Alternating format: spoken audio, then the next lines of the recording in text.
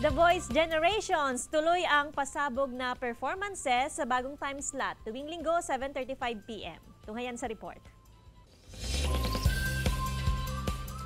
Tuloy ang pasabog na performances sa The Voice Generations. Sa bago nitong time slot, mas tumindi ang biritan lalo't kumpleto na ang miyembro ng bawat team ng coaches. Ang parokya ni Chito, Team Believe, Jules Squad at Spellbound.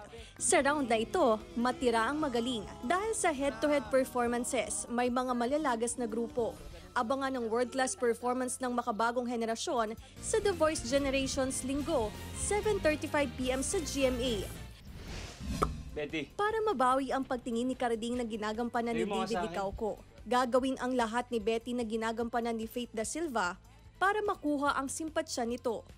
Dahil desperado, idadamay pa niya dito si Dino na ginagampanan naman ni Barbie Forteza para magpagawa ng painting at pagselosin si Carding. Pero si Carding, mas lumabas ang concern kay Dino. Tutukan ang kapanapanabik na eksena ng maging sino ka man 8 p.m. pagkatapos ng 24 oras.